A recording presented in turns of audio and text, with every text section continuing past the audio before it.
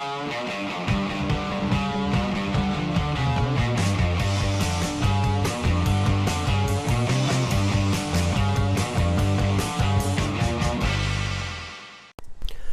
video we start with a hydration chart.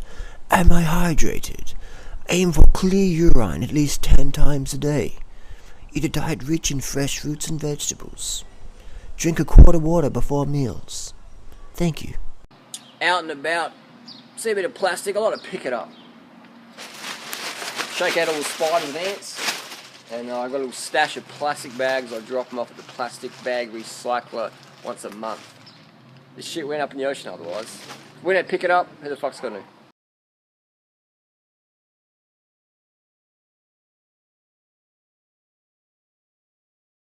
So I have my quart of water. I use the old juice bottle recycle. Reuse actually, even better than recycling. Quart of water before breakfast every day of the year. Count on it. Got a little breakfast snack here. Got about 4 kilos of papaya. These are... They're good, but they're not, they're not like you get in Costa Rica. They're a brand called Skyberry, which they're really good. That's the best brand in Australia. It's the only papaya I'll eat in Australia, pretty much. The only red papaya I will eat in Australia, because it's generally the best one. Still, though, it's not as good as what you're going to get in Costa Rica. I remember going to Doug's event in 2007, and when I was staying near the airport there for a while, the papayas are just fucking incredible. And I was eating so many of them, they're like, "You're selling this, where you selling to?" And I'm like, "Mate, I'm eating this papaya." And then, no, you cannot eat so much.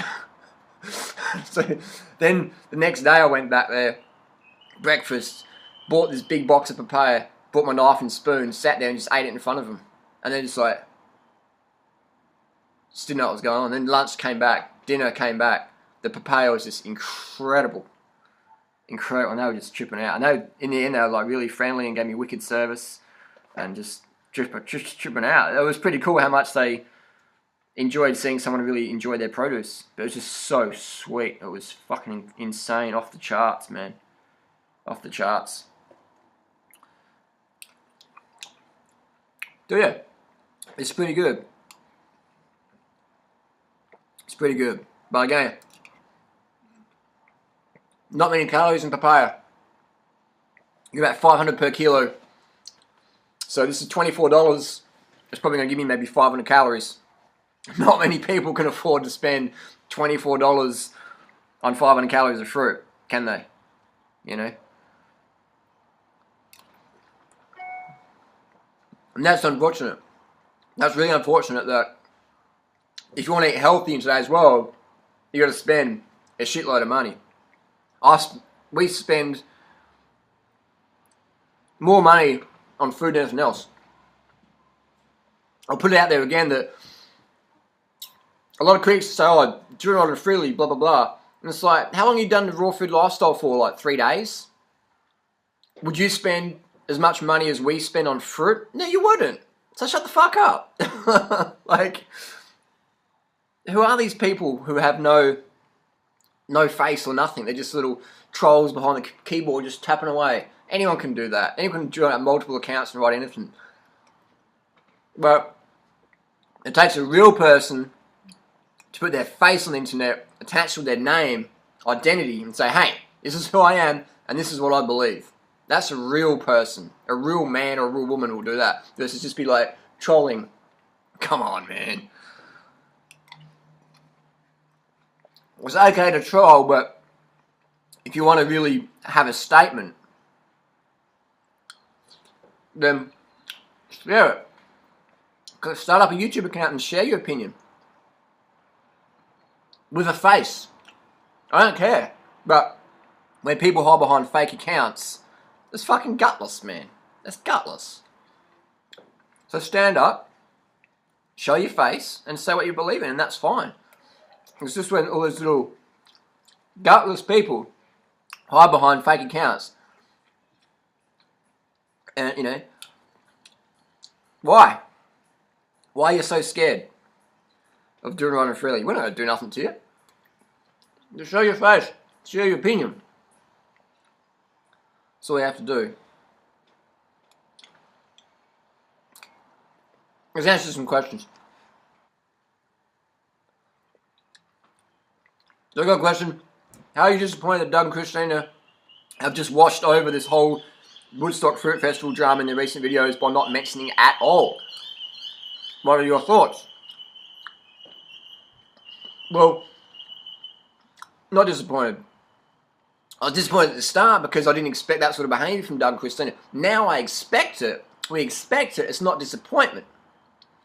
How to be disappointed in people is have expectations of them. You know, we expected Doug and Christina to be supportive of us and not, you know, do what they've been doing. And so when they did that, we were disappointed. But now we expect it. It's no disappointment at all. Because it's like the weather's changed. The tide's changed, you know. It's like picking up a good papaya, paying good money for it, and you taste it, it's like, oh, it's sour. If someone, when you know it's going to be sour, then it's alright. You just like drop it. So, for me, I remember in school, a teacher said, washing over a subject is a sign of guilt. Where you just pretend it never happened. And you see a lot in pro sports or in politics, they won't even address a question, they'll just be like, business as usual. Business as usual. So that's the card Christina and Doug have done. Doesn't make them bad people, but it just shows the level of integrity we're dealing with. So that was disappointing for us at the start, but now we've you know, we'll ramble on about it a bit, but we don't hate Doug or Christina. We understand that's the sort of people they are.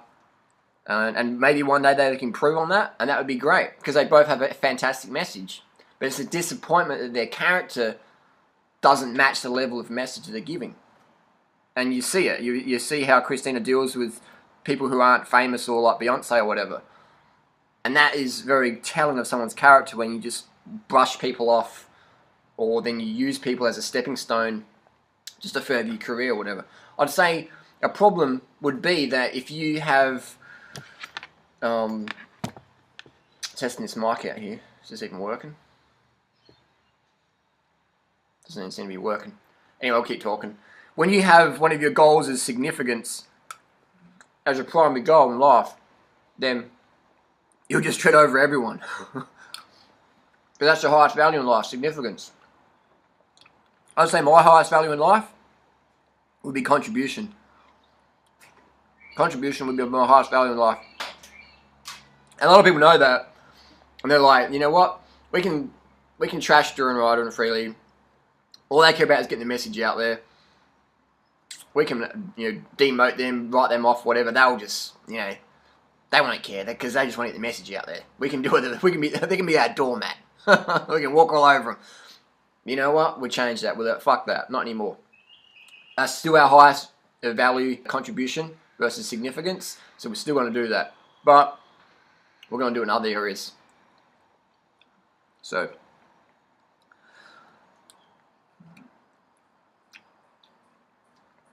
it's disappointing, but at the same time gives clarification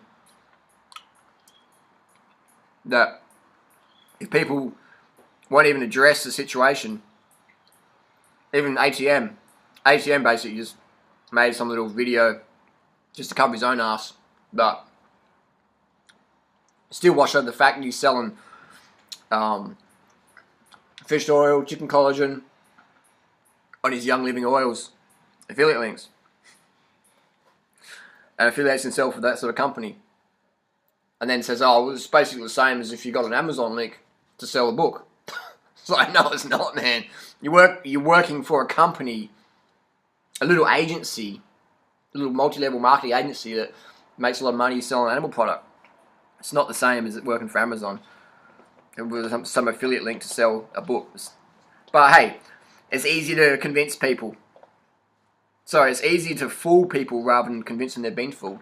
It's easier to fool people rather than convince them they've been fooled. I'm not sure if it's something in America.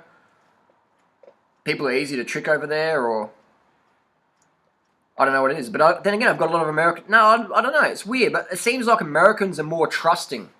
They're more gullible, in general. Not a stereotype, but then here in Australia as well. And I love America. I love Americans. I'm not being racist enough. I'm just saying that in general, it seems like Americans are easier fooled. But then again, in Australia as well. Maybe just because there's more Americans, it seems like they're easier to be fooled. And it's easier to hustle them and scam them and that. But it's the same in Australia.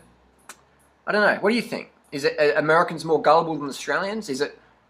Why don't other people call that bullshit like me and Freelee do? But then again, you got a few Americans that do. So it's... Yeah, I don't know. What do you think? What do you think? That'd be a good study to do, wouldn't it? How would you do that one? Who's more gullible? Let's go another question.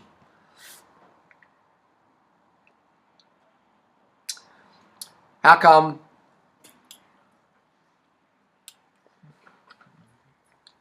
raw food gurus say raw is law, but they eat cooked nuts? Is that just an exception they make for themselves so they can stay on the pedestal? I would say it is. Because, and I was like that as well. You think, oh, yeah, I eat a 100% raw food diet for 5 years, or whatever you count that in the days, like it's some sort of competition. Doug says, I've been 100% raw for 20 years. And Christina says, whatever, 10 years or 8 years, whatever. But they eat cooked nuts. So it's a bit of a, you know, it's, I think if you, and I was saying to Don Bennett the other day, you know, he eats cooked nuts. He goes, no, I don't, no, I don't. And I'm like, you do. You don't eat 100% raw. You cook Brazil nuts, they're steamed. So the shells crack easy. No, they're not steamed. Like, Don, relax, it's okay. It's okay, you're not going to go to jail for eating steamed nuts. But maybe it would give some people a nervous breakdown for them to say, the last time I ate cooked food, technically was last night with a tahini, versus 20 years ago, or 10 years ago, or 3 years ago, whatever. I think people just need to relax, step back, look at the bigger picture, and eat healthy.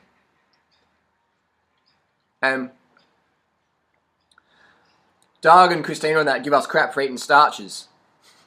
But they eat starches as well. Carrot, beetroot, corn. I'll tell you what, steamed corn digests way easier than raw corn. Way easier. But we eat raw corn, and it's hard to digest because we don't want to lose that raw food paradigm. But you're not doing something good for your body. Eating a lot of raw starch.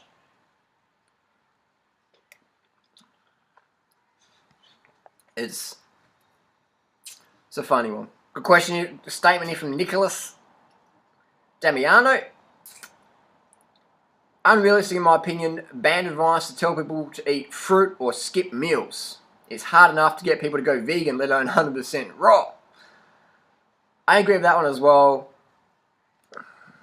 I remember for a small time in my lifestyle, I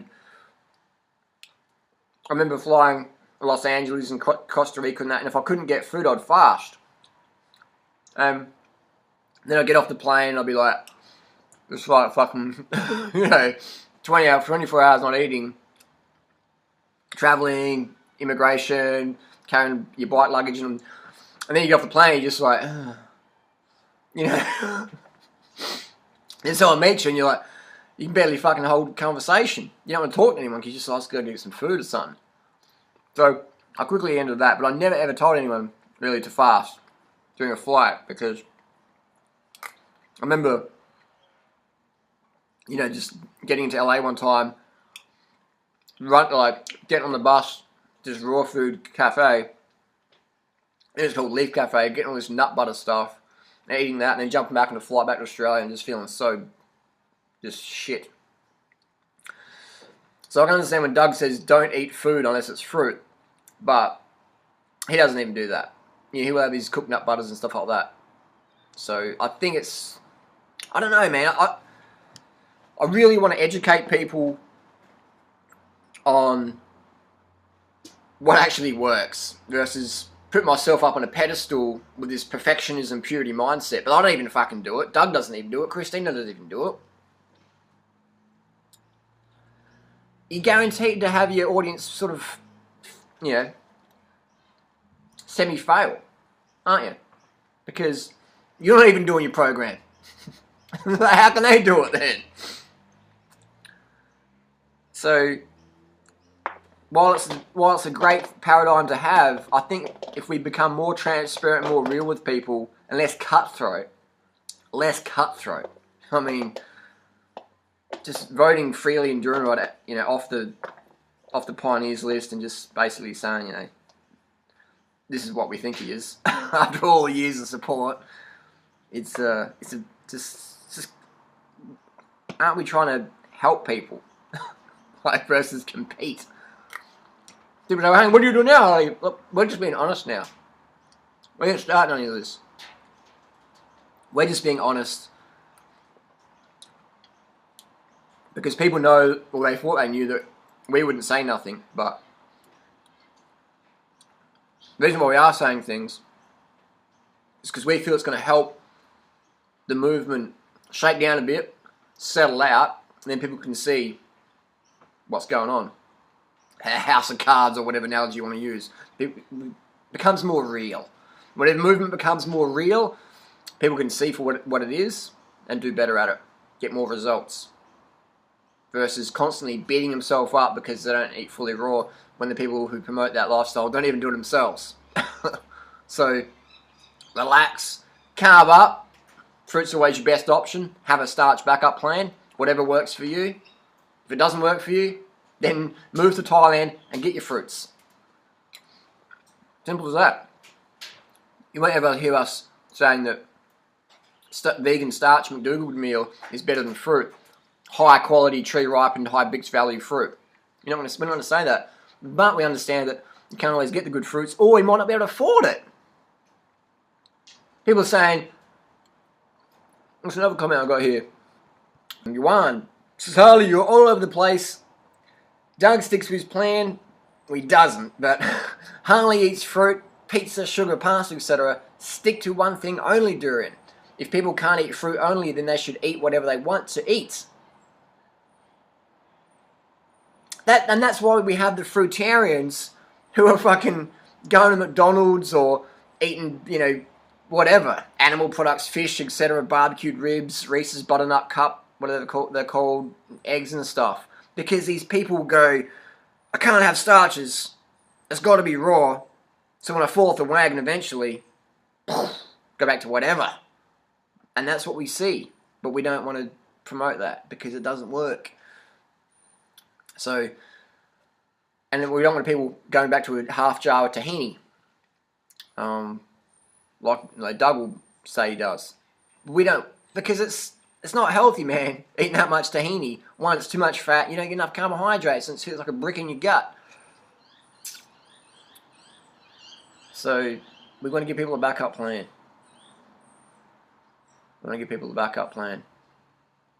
Here's another one. This one's called the fruitarian one. It's like, again, it's like an anonymous person, probably done the lifestyle for a few days, and now all of a sudden they know it all. Here's their question. There is an ocean of difference between occasionally eating cooked vegan food versus binging on highly refined processed junk food. I agree.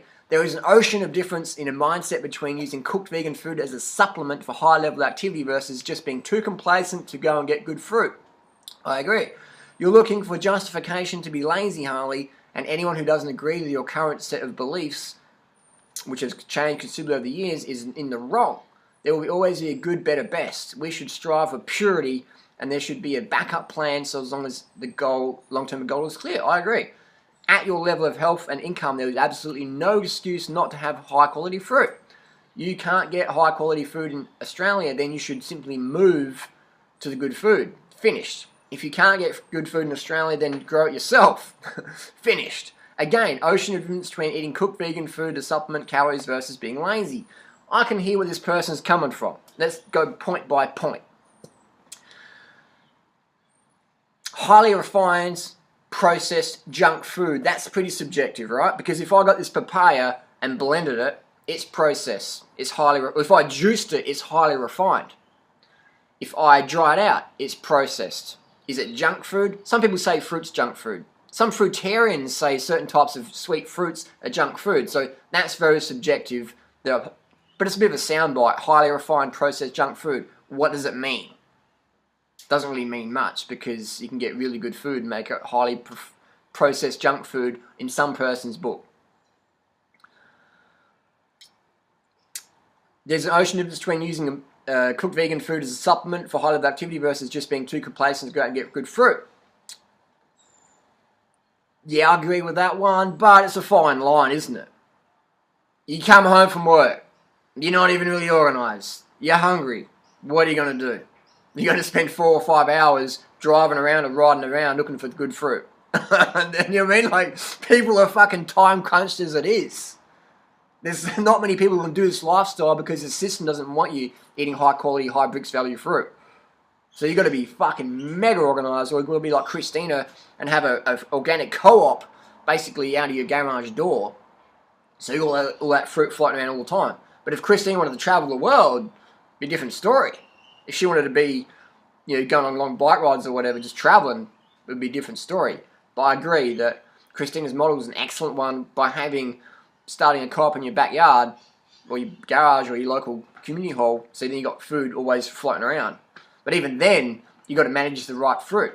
So unless you got a fucking shitload of fruit, like my friend's fruit shop, he's got fruit coming in there all the time. He rarely has ripe fruit because he's selling it, moving it. So even if you have a co-op or organic fruit shop you own, you still got to be managing it really well to have enough ripe fruit to feed yourself. So again, this person is sincere, but they've obviously been doing a lifestyle for maybe a few days or a week or whatever, and they're hardline, and that's awesome, but they're not really realistic. They're speaking with a noob sort of mindset, and I'd like to see them show us how it's done, but they don't even have a YouTube channel up yet. We should strive for purity, and there should be a backup plan, so as long as the long-term goal is clear. I agree. I agree, but again, purity can be very subjective. You got like guys like ATM who they want to live on 2 oranges a day, 1 meal a day, and that, in my opinion, is anorexia. That's a rampant eating disorder, in my opinion. I don't think that's healthy at all. It's not healthy, in my opinion.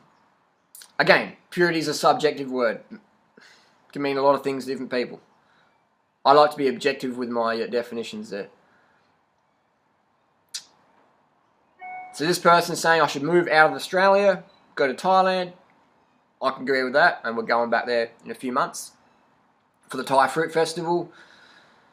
If you can't get good fruit in Australia, if you want to stay in Australia, you have to grow it yourself. Well, people just think you chuck some papaya seeds in the ground and you come back tomorrow and there's a fucking 2-metre papaya tree growing incredible tasting fruit. I'll tell you what, from the farmers I've spoken with, the organic farmers, minimum $2 million Australian to have an organic farm producing enough fruit for 2 people year round. $2 million minimum. People are like, no, that's not right, Harley. Like, you can buy a block of land for $20,000 somewhere. Yeah, but there's no water. The soil's fucked. You got to have water. Water's very expensive in Australia. Very expensive. The land that grows the best fruit is up near Cairns, and that's very expensive land. All right, and you got to rock dust the fuck out of that soil. You got to build it back up because all the sugarcane tobacco farms have thrashed it out. So you got to spend a lot of money, a lot of time, and a lot of years to get that soil cranking. Even my friends that are one of the best fruit farms in Australia, in my opinion, the last 10 years, we still couldn't go up there today because there's a few people live on the farm, and if Freelee and Durianrider rocked up, everyone knows how much fruit we can eat, and be like, good to see you guys, but fuck off because you're going to eat all the fruit. So even my friends put a lot of money, close to $1 million in this farm, and it's an amazing place, but there's still, after 10 years of full-time daily work, isn't enough fruit to feed 2 full-time fruitarians every day. And a few other people as well who love their fruits. So again, these people, these noobs are very sincere and passionate, and I understand that. I've been there myself. But once they go on the path for a while, they're like, whoa, this is the reality.